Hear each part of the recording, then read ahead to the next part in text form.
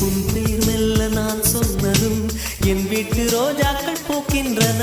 ஒரு நாள் உனை காணாவிடில் எங்கே உன் அன்பென்று கேட்கின்றன. நீ வந்து